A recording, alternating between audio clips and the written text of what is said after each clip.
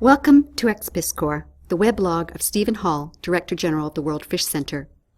In these blogs, Steve gives his personal reflections on current topics and areas of debate in the realm of fish and development. When I talk about what I do for a living, it doesn't take long for the conversation to turn to the question of how we're going to meet the world's growing demand and need for fish. In these conversations, I find most people imagine it will be mariculture, farming aquatic animals and plants in the sea, that does this. It's a conclusion that's understandable. After all, compared to our lands, the relatively uncluttered seascape offers apparently endless opportunities for aquaculture. But is a large increase in sea farming the most likely response to our increasing demand?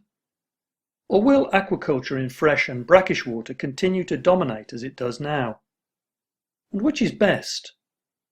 Are there any differences in the benefits to be had by the poor and the food insecure between farming these two environments? Is one likely to prove more environmentally sustainable than the other?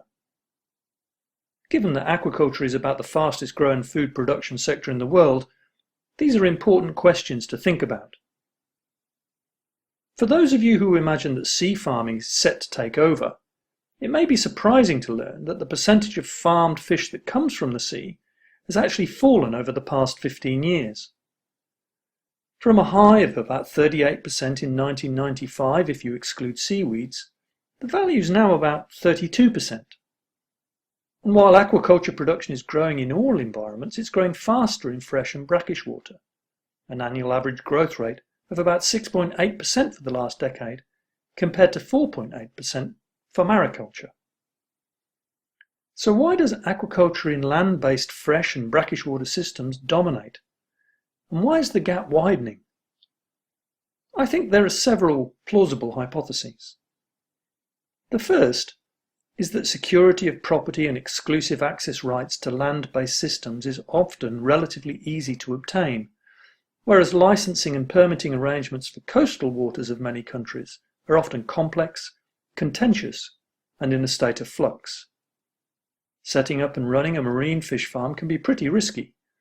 Competing demands on coastal waters and uncertainties and difficulties of securing tenure often make it hard to get the necessary investment. The second reason is biophysical. It's often much easier to access and manage a pond system than it is a cage system in open water. Bad weather, harmful algal blooms, chronically poor coastal water quality, and acute pollution incidents are all threats to mariculture operations, but they're largely avoided or at least more easily managed in pond systems. This, and the higher capital costs that are often associated with establishing a farm at sea, especially in more exposed areas, often tip the balance of risk and return in favour of land-based systems, especially for the small-scale farmers that dominate developing countries. The third reason is because most of the growth in demand for aquaculture products is for finfish, little of which are actually grown in the sea. This is perhaps another surprising fact for many listeners. Of the 36 million tonnes of finfish produced in 2009, less than 10% came from sea farming. While many of you will be familiar with the prevalence of farmed salmon in Western supermarkets, on a global scale it's freshwater tilapia, catfish and carps that dominate. In contrast, the principal marine farmed product is mollusks, oysters, mussels and clams. Partly because demand for these shellfish products has not grown at the same rate as for finfish, mariculture growth has been slower. For this to change, we need to find a tropical marine finfish that's largely herbivorous, grows rapidly, and can secure the prices required to offset the often higher capital and operating costs of marine farming. As yet, there's little sign of such a species on the horizon.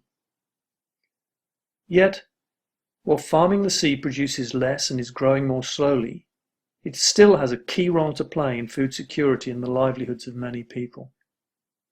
Sea-farmed mollusks, for example, are an important, highly nutritious, affordable and accessible food for many poor consumers in developing countries. Finding their way into sauces, stews and other dishes of poor households, they provide a really important source of micronutrients, especially for pregnant and lactating women and children. From an environmental sustainability perspective too, mollusks have a lot going for them. As filter feeders relying on the natural productivity of the seas, they require no external feed inputs and often help improve the coastal water quality by absorbing excessive nutrients before they become a problem. I'm sure we'll see the area under mollusk culture grow further, particularly in the waters of several countries in Southeast Asia where undeveloped coastline remains. Efforts to support the growth of this sector in ways that meet local food security and livelihood objectives deserves particular attention. We should also bear in mind that while finfish culture may be a relatively minor component of total mariculture production, it offers important livelihood opportunities for poor farmers, for example in coastal regions of China, Indonesia and Vietnam. So, given current circumstances, it looks like, for the foreseeable future at least, it's fresh and brackish water production that will dominate global statistics. Both sectors are growing fast though, and in differing ways they must confront the challenge of improving efficiencies and environmental sustainability.